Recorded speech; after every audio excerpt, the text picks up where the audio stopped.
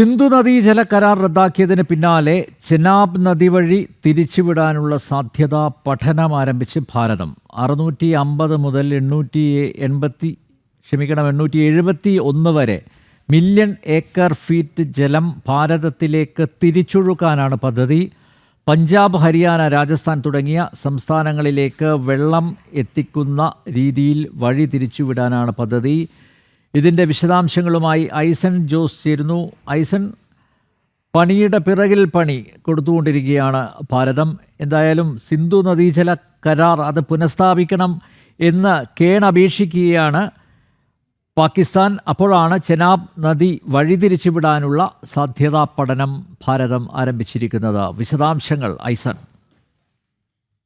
തീർച്ചയായും അനിൽ നമ്പ്യാർ, ഇതിൽ നയതന്ത്രപരമായതും അതുപോലെ തന്നെ പാരിസ്ഥിതികമായ വിഷയങ്ങളെക്കുറിച്ചുള്ള വിശാലമായ ഒരു സംവിധാനം തന്നെ ഉണ്ട് എന്നതാണ് ഏറെ പ്രാധാന്യത്തോടെ നോക്കി കാണേണ്ടത്. നമുക്കറിയാവുന്നതാണ് നയതന്ത്ര വിഷയം എന്താണെന്ന് പരിശോധിക്കുകയാണെങ്കിൽ വളരെ കൃത്യമായി ഭാരതത്തിൻ്റെ നിലപാട് ജൽശക്തി മന്ത്രി എല്ലാം തന്നെ കൃത്യമായി പറഞ്ഞത് ഒരു തുള്ളി വെള്ളം പോലും പാകിസ്ഥാനിലേക്ക് ഒഴുകാൻ അനുവദിക്കില്ല എന്ന നിലപാടായിരുന്നു. അതായത് ഈ സിന്ധു നദീജല കരാർ നടപ്പാക്കുന്നത് തടയുന്ന ഒരു തീരുമാനമെടുത്ത ദിവസത്തിന് തൊട്ടടുത്ത ദിവസം മുതൽ ഇത്തരത്തിലുള്ള നീക്കങ്ങൾ നടന്നു. 3 ഘട്ടങ്ങളായി ഈ വെള്ളം മുഴുവൻ ഭാരതത്തിൽ തന്നെ നിലനിർത്തുന്നതിനുള്ള നടപടികൾ സ്വീകരിക്കുമെന്നാണ് വളരെ കൃത്യമായ നിലപാട് ഭാരതം സ്വീകരിച്ചത്.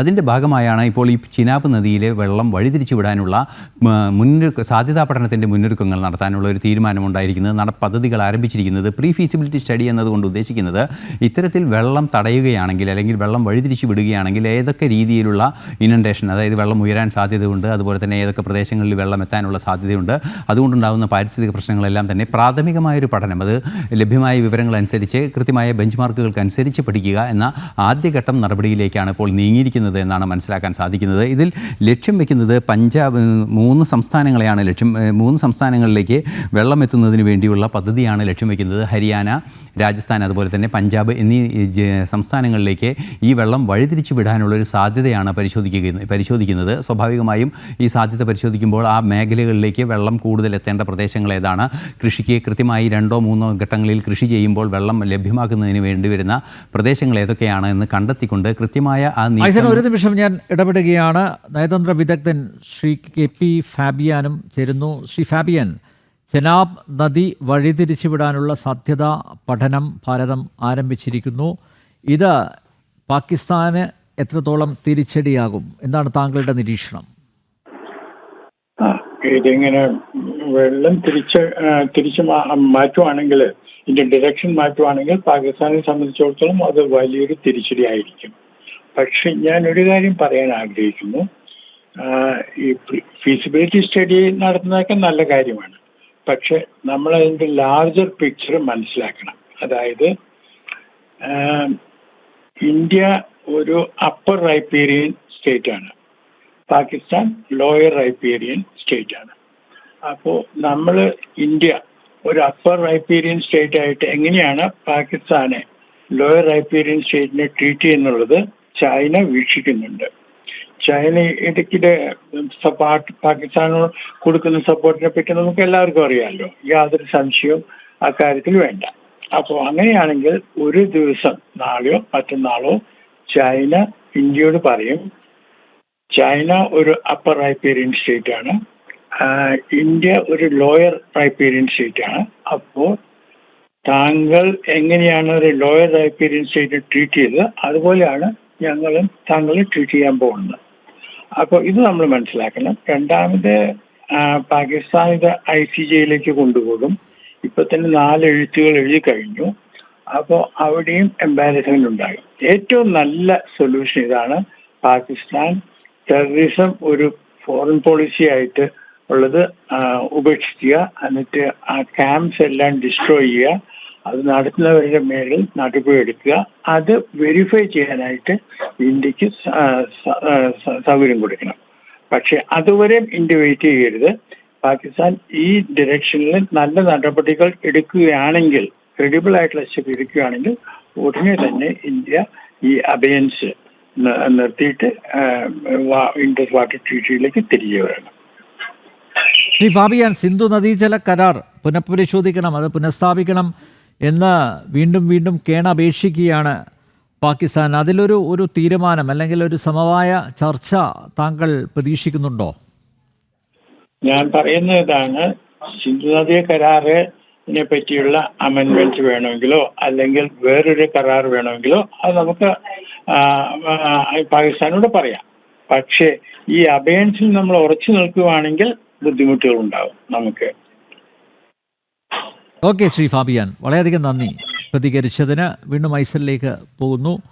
ഐസൻ, ശ്രീ ഫാബിയാൻ പറഞ്ഞത് വ്യക്തമായല്ലോ. ഈ ഇത്തരത്തിലുള്ള ഇപ്പോൾ ചെനാബ് നദി തിരിച്ച് വിടുന്നതൊക്കെ കൊള്ളാം, പക്ഷേ ചൈനയുടെ ഭാഗത്ത് നിന്ന് സമാനമായിട്ടുള്ള ഇടപെടലുകൾ ഉണ്ടായാൽ ഒരുപക്ഷെ ഭാരതത്തിന് അത് ക്ഷീണമുണ്ടാക്കുമെന്നൊരു സൂചനയല്ലേ അദ്ദേഹം നൽകിയത്?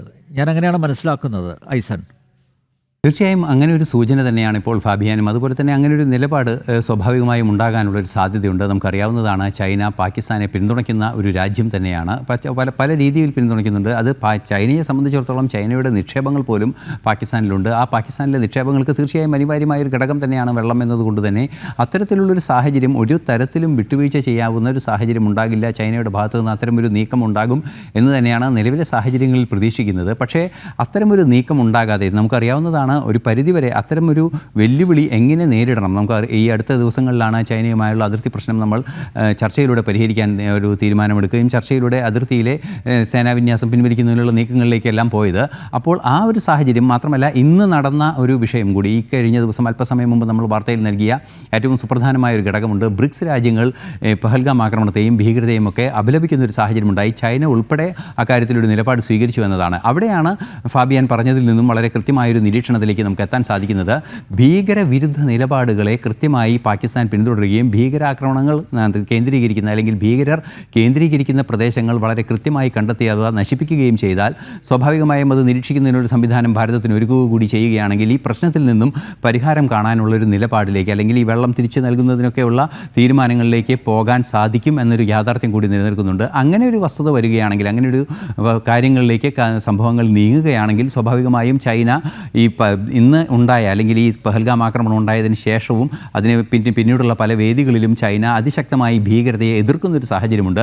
ഭീകരത എന്ന വിഷയം ഭാരതത്തിൻ്റെയും ചൈനയുടെയും പൊതുവിഷയമായി നിലനിൽക്കുന്ന ഒരു സാഹചര്യത്തിൽ തീർച്ചയായും നേരത്തെ ഫാബിയാൻ സൂചിപ്പിച്ചതുപോലെ പാകിസ്ഥാനുമായി ഒരു ധാരണയിലെത്തുകയും അവരുടെ ഭീകര കേന്ദ്രങ്ങൾ കൃത്യമായി അവർ ഇല്ലാതാക്കുകയും അത് നിരീക്ഷിക്കാനുള്ളൊരു സംവിധാനം ഭാരതത്തിന് കൃത്യമായ ധാരണ പ്രകാരം ലഭ്യമാക്കുകയും ചെയ്യുകയാണെങ്കിൽ അത് സ്വാഭാവികമായും ചൈന അംഗീകരിക്കുകയും ചെയ്യുകയാണെങ്കിൽ ചൈന അക്കാര്യത്തിന് പാകിസ്ഥാനെ ഒരു സമ്മർദ്ദത്തിലാക്കുകയും ചെയ്യുകയാണെങ്കിൽ തീർത്തും വലിയൊരു നേട്ടത്തിലേക്കായിരിക്കും, നയതന്ത്ര രംഗത്തെ വലിയൊരു നേട്ടത്തിലേക്കായിരിക്കും നമ്മൾ എത്തിപ്പെടുക എന്നതാണ് ഒരു യാഥാർത്ഥ്യം. ചൈനയുടെ പിന്തുണയോടെ തന്നെ ഭീകരതയ്ക്കെതിരായ നിലപാട് പാകിസ്ഥാനെ കൊണ്ട് എടുപ്പിക്കാൻ സാധ്യമാകുന്ന ഒരു വഴി കൂടിയായി നമുക്ക് ഈ നദീജല കരാർ റദ്ദാക്കുന്നതും അതുപോലെ തന്നെ വെള്ളം വഴിതിരിച്ചു വിടുന്നതും ഉൾപ്പെടെയുള്ള നീക്കങ്ങൾ നിരീക്ഷിക്കാനാകുമെന്നതാണ് ഏറെ പ്രാധാന്യത്തോടെ നോക്കിക്കാണേണ്ട ഒരു നയതന്ത്ര തലത്തിലെ പ്രത്യേകത.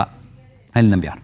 സിന്ധു നദീജല കരാർ റദ്ദാക്കിയതിന് പിന്നാലെ ചെനാബ് നദി വഴിതിരിച്ചുവിടാനുള്ള സാധ്യതാ പഠനം ഭാരതം ആരംഭിച്ചിരിക്കുന്നു. 650 മുതൽ 871 വരെ മില്യൺ ഏക്കർ ഫീറ്റ് ജലം ഭാരതത്തിലേക്ക് തിരിച്ചൊഴുക്കാനാണ് പദ്ധതി. പഞ്ചാബ്, ഹരിയാന, രാജസ്ഥാൻ തുടങ്ങിയ സംസ്ഥാനങ്ങളിലേക്ക് വെള്ളമെത്തിക്കുന്ന രീതിയിൽ വഴിതിരിച്ച് വിടാനാണ് പദ്ധതി. ഐസൻ ജോസാണ് ഇന്റർനാഷണൽ ഡെസ്കിൽ നിന്ന് വിവരങ്ങൾ നൽകിയത്.